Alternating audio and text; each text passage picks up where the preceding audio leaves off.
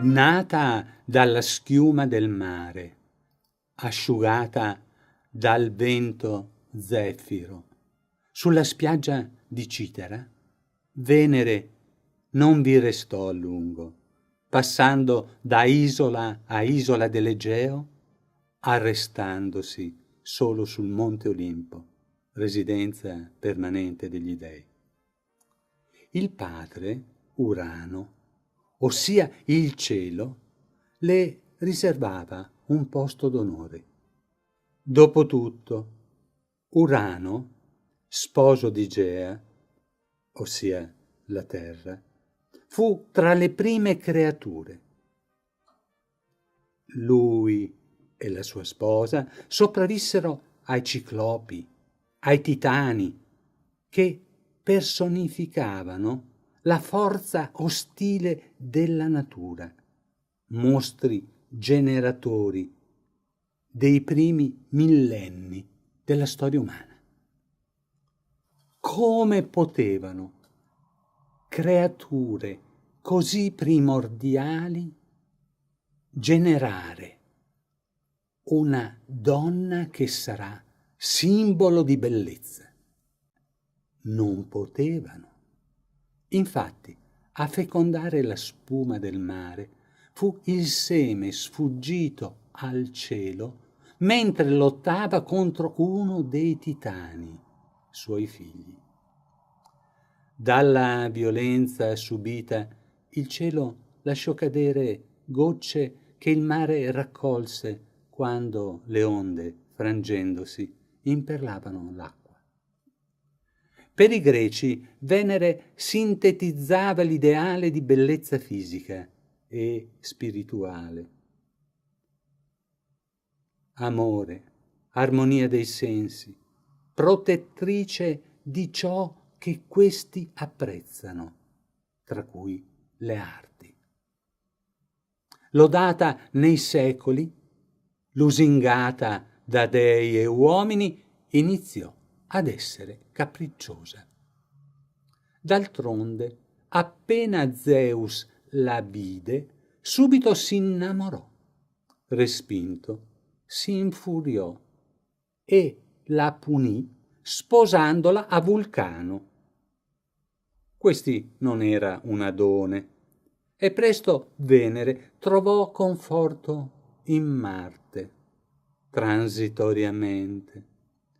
Inevitabile il disprezzo per questa dea volubile da parte dei cristiani che nel Medioevo avevano attitudini ascetiche ed aspirazioni mistiche.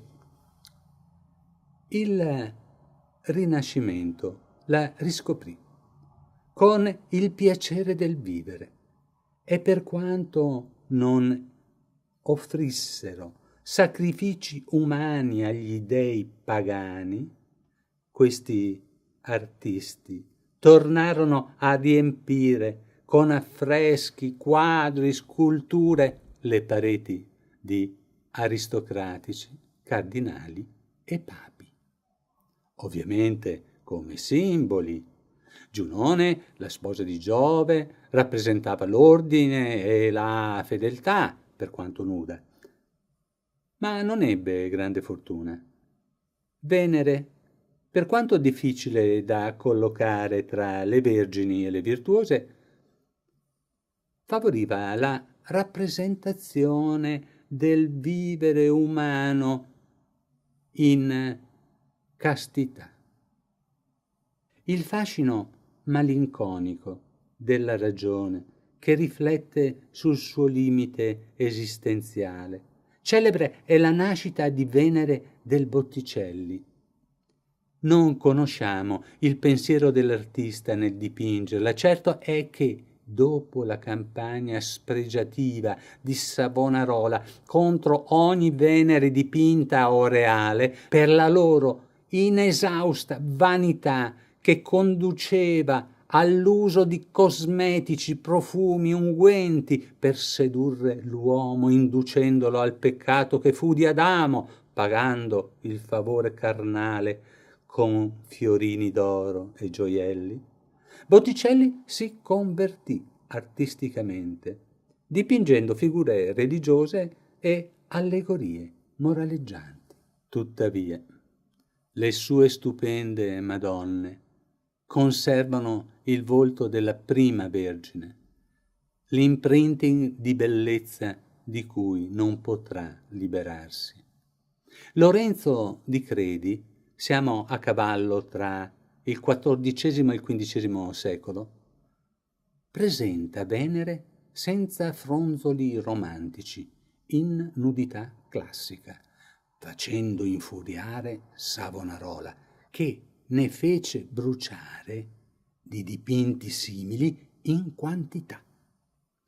Tuttavia, aprì la strada alla vista di quelle che si suol definir vergogne.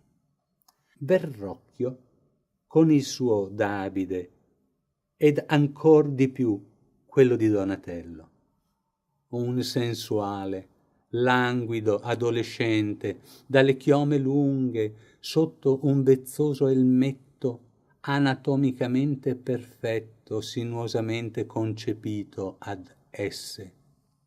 La via al realismo è aperta. La segue il ghirlandaio, con un'altra nascita di Vergine. Ma questa è Maria. E dovendo imporre soggetti cristiani, San Sebastiano, le cui frecce paiono d'amore, è soggetto adatto alla abilità del Perugino, nonché di Botticelli, Mantegna e del Pollaiolo. Ferrara è un ducato lontano dai presagi funesti di punizioni divine e Francesco del Cossa utilizza Venere per simboleggiare aprile nel ciclo dei mesi a Palazzo Schifanoia. A Mantova, Isabella d'Este era una donna avvincente ed ostinata. Scoraggiò Bellini, che cercava di modificare il programma, di creare un Parnaso, un Olimpo. Accettò di buon grado Mantegna, creando un capolavoro con il trionfo di Venere.